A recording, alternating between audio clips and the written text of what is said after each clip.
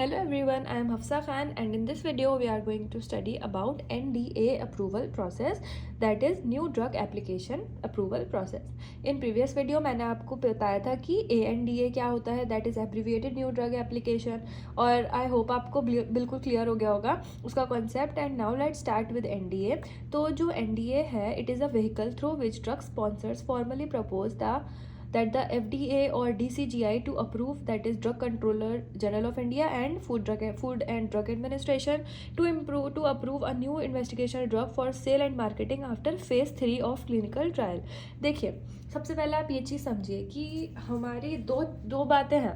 या तो हमने कोई रिसर्च करी और हमने एक मेडिसिन बनाई, ठीक है, एक हमने न्यू मेडिसिन बनाई.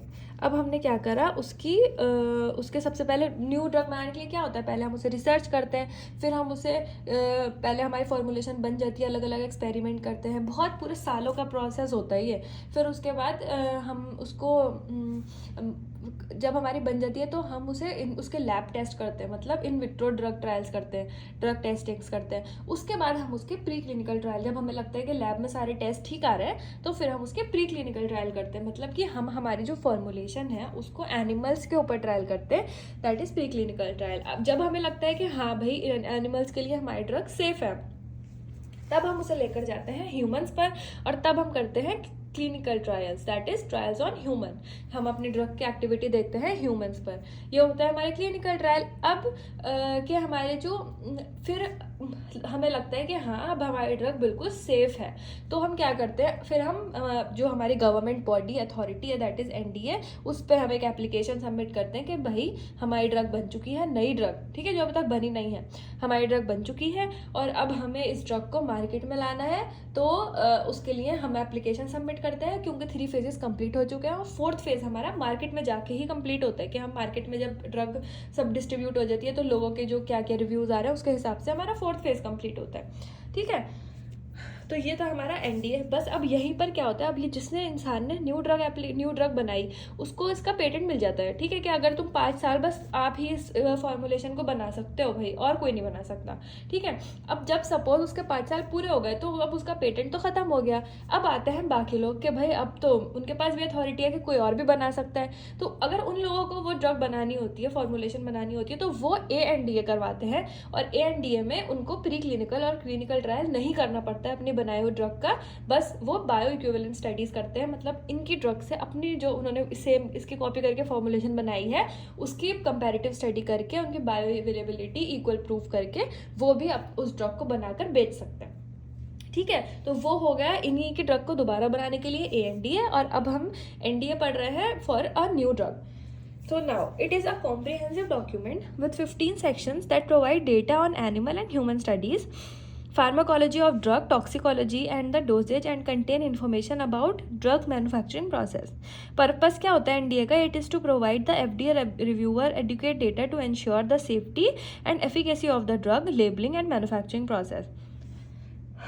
तो NDA जो है वो FDA मतलब food and drug administration reviewer को एडुकेट डेटा देता है कि हमारी जो फॉर्मुलेशन है वो भाई सेफ़ है बिल्कुल, मतलब कि वो किसी भी तरह का टॉक्सिक इफेक्ट नहीं शो करेगी इंडिविजुअल पर, इफेक्टिव है, मतलब कि एक पर्टिकुलर थेराप्यूटिक एक्शन भी शो कर रही है, और उसकी जो ड्रग है वो सेफ़ है, लेबलिंग हुई हुई है प्रॉपर, मैन्युफैक्चरिंग प्रोसेस उसका क्या था, हमने क्या फॉलो करा था, ये सारा डेटा वो सबमिट करते हैं FDA को. एक बार हमारी एप्लीकेशन सबमिट हो जाती है, FDA फिर उसमें 60 डेज लेता है टू डिसाइड कि हमारी जो एप्लीकेशन है उसे हमें एक्सेप्ट करना है या फिर रिजेक्ट करना है. अब वो क्योंकि सारी इन्फॉर्मेशन चेक करेगा, कुछ भी छोटी सी भी चीज़ मिसिंग तो नहीं है या फिर कुछ भी ये चीज़ गड़बड़ी तो नहीं है, तो वो 60 डेज का टाइम यानी 2 मंथ्स उनके पास होते हैं, वो उसमें पूरा उसको इन्वेस्टिगेट करते हैं. Now let's see what are the goals of new drug application. तो NDA aims at analyzing whether the drug is safe and effective. वो देखते हैं कि ड्रग सेफ है और इफेक्टिव है, मतलब ऐसा तो नहीं है कि कोई एडवर्स इफेक्ट शो कर रही है बहुत ज़्यादा एक्सट्रीम, या फिर कोई एक्टिविटी ही शो नहीं कर रही है, ये सारी चीज़ें चेक होती हैं. वेदर लेबलिंग इज़ अप्रोप्रिएट, वो ये देखते हैं कि लेबलिंग प्रॉपर है, कि इंग्रेडिएंट्स मेंशन्ड है, अगर कोई स्पेसिफिक प्रिकॉशन लेना है या उसकी स्टोरेज कंडीशन अगर कुछ अलग सी है तो वो सारी चीज़ें मेंशन्ड है या नहीं, ये सारी लेबलिंग पर चेक करते हैं वो. Whether method use in manufacturing like drugs and the control use to maintain the drugs quality are adequate to preserve the drugs identity, strength and quality. वो ये भी देखते हैं कि हमने जो मेथड उसे बनाने में यूज़ कर रहा है, ऐसा तो नहीं है कि उसे बनाते वक्त उस पर हमने इतने ज़्यादा फोर्स, इतना ज़्यादा स्ट्रेंथ लगा दी कि उसके जो केमिकल स्ट्रक्चर है वही गड़बड़ आ जाए। तो ये सारी चीज़ें चेक होती हैं इन एनडीए। तो नाउ ये है हमारा इसका एक प्रोसेस। अगर मैं आपको बताऊं तो सबसे पहले क्या होता है, स्टार्ट होता है हमारा प्रोसेस, उसके बाद हम उसकी देखते हैं फिजिबिलिटी। अगर फिजिबल नहीं है तो वहीं स्टॉप हो जाएंगे हम, फिर हम आगे नहीं बढ़ेंगे, दोबारा से हम उसमें चेंजेस करेंगे और वापस से स्टार्ट करेंगे। फिर आता है हमारा pre IND, that is pre investigation new drug. फिर आता है हमारा FDA के पास, FDA बताएगा ओके है या नहीं। यहाँ पर हमारे आएंगे प्री क्लिनिकल ट्रायल, फिर आएंगे हमारे क्लिनिकल ट्रायल्स फॉर्मुलेशन के बारे में। फेज़ 1, फेज़ 2, फेज़ 3 में हमारे क्लिनिकल ट्रायल्स होंगे, क्योंकि फेज़ 3 के बाद ही हमें मार्केट में भी भेजना है। यहाँ पे आते हैं हमारे clinical trial material, analytical method, regulatory processes, medical communications, और हमारा फिर इसके ये सारी चीज़ें अगर अप्रोप्रिएट होती है तो हम NDA एप्लीकेशन सबमिट करते हैं। फिर हमारी ड्रग मार्केट में जाती है और जो बचा हुआ 4th फेज़ है हमारे क्लिनिकल ट्रायल का, वो वहीं पर कंप्लीट होता है। ठीक है, now let's see what are the guidance documents for NDA. The guidance documents provide guidelines to the processing, content and evaluation or approval of application, and also to the design, production, manufacturing and testing of the regulated products. Some of the guidance documents to help prepare NDA are bioavailability और bioequivalence studies जो हम submit करते हैं NDA और INDs में, that is investigation new drug और new drug applications में। changes to an approved NDA और ANDA कौन सी चेंजेस हैं जो हम करने वाले हैं। Container closure system for packaging human drugs and biologics, format and content of clinical and statistical sections of an applicant. फिर आते हैं हमारे समरी ऑफ न्यू ड्रग और एंटीबायोटिक एप्लीकेशंस। फिर we have formatting assembly and submitting new drug and antibiotic application. Further we have formatting assembly and submitting new drug and antibiotic application. Further, we have impurities in drug substance and the format and content of the human pharmacokinetic and the bioavailability section of an application. ठीक है, तो ये सारी guidelines हमारी mention रहती हैं इन NDA.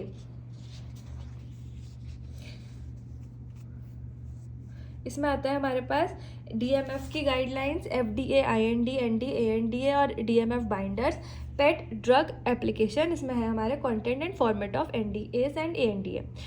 NDA form में आते हैं हमारे 356H, जिसमें हमें मिलेगा application to market a new drug और एंटीबायोटिक ड्रग। Form FDA 3397। इसके देखिए बहुत सारे गाइडलाइंस होती हैं। अब क्योंकि हम हर चीज़ तो नहीं पढ़ सकते ना, आपको तो एग्जाम पॉइंट ऑफ व्यू से ही पढ़ना है, तो मैंने उसी के हिसाब से लिखा हुआ है, आप इसको एज इट इज़ एग्जाम में जाकर लिख सकते हैं। Okay, now users for fee cover sheet, form FDA 331 में we have NDA file report. Now India में क्या एप्लीकेशन प्रोसेस है, देखिए सबसे पहले एप्लीकेंट है, वो एप्लीकेशन देगा टू एथिकल कमिटी, और IND application filing to CDS/CO headquarter के बाद यहाँ पे एग्जामिनेशन होगा न्यू ड्रग की, डिटेल रिव्यू लेंगे investigation new drug committee, recommendation जाएगी to drug controller general of India, फिर हमारी IND एप्लीकेशन अप्रूव हो जाएगी, IND है ये। ओके, क्लिनिकल ट्रायल स्टार्ट होगा, फिर हमारा application for new drug registration हो जाएगा CDS/CO में, फिर आएगा हमारा DCGI, दोबारा से रिव्यू करेगा उसे और हमारा जो लाइसेंस है वो हमें मिल जाएगा। अब एप्लीकेशन एथिकल कमेटी को जाती है। देखिए अगर यहाँ पे DCI को कुछ भी गड़बड़ी लगी तो वो वहीं पे कैंसिल कर सकता है लाइसेंस। ठीक है, नाउ एप्लीकेशन एथिकल कमेटी में हमारी एथिकल कमेटी को रिपोर्ट जाती है और 12 वीक्स के अंदर वो रिफ्यूज़ भी कर सकते हैं और मतलब हमारा लाइसेंस ग्रांट करने के लिए ऑथराइज भी कर सकते हैं, या फिर ये भी क्लिनिकल ट्रायल को देने के लिए बोलेंगे, वो हमारा CDS/CO में सबमिट होगी, फिर drug controller general of India उसको रिव्यू करेगा और हमें लाइसेंस अप्रूव या फिर अगर नहीं करना है तो वो नहीं करेगा अप्रूव। अगर हमारा ठीक होगा सारी चीज़ें तो फिर हमें मिल जाएगा लाइसेंस आसानी से। अब देखते हैं what are the requirements for NDA। तो इसमें पहला है हमारी नंबर ऑफ कॉपीज़, मतलब हमें इसमें हमारी होती है आर्किवल कॉपी और review copy. Archival copy is a reference copy for FDA. It locate information not contained in review copy and it include identification information और index. Review copy में होता है हमारा copy of cover letter, application form, summary index और specific review section. Assembling the application, इसमें we have folders, paper size and binding, pagination, volume size and identification and packaging carton के मतलब उसकी हमें guidelines दी हुई होती हैं। Summary requirement में आता है हमारा labeling, pharmacological class, foreign marketing, history, chemistry, manufacturing और कंट्रोल, CMC है भाई, आप आगे डिटेल में पढ़ेंगे। Non clinical pharmacology and toxicology summary, human pharmacokinetic summary, microbial summary, clinical data summary और उसका result, discussion of benefit to risk relationship and proposed post marketing studies, and lastly we have bio availability summary. ठीक है, तो ये सारी हमारी चीज़ें हैं under NDA, that is new drug application.